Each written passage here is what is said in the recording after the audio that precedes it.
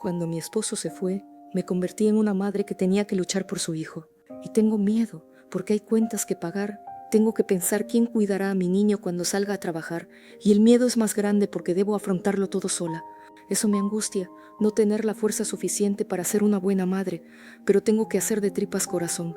Mentirle a mi hijo cuando me pregunta ¿cuándo volverá papá? Tengo que darle falsas ilusiones, decirle que papá lo quiere, aunque en el futuro se dé cuenta que fue abandonado. Porque al crecer sé que esa herida será difícil de borrar. La gente me dice, elegiste mal, debiste conocerlo mejor, ¿por qué de alguna u otra forma la culpa recae sobre mí? ¿Quién debería reflexionar por no elegir a su familia es él? Pero también sé que renegar no resolverá las cosas. Mi mejor opción es amar más que nunca a mi hijo y demostrarle que pese a cualquier problema, uno siempre puede renacer de las cenizas. Es la mejor arma que le puedo dejar para el futuro.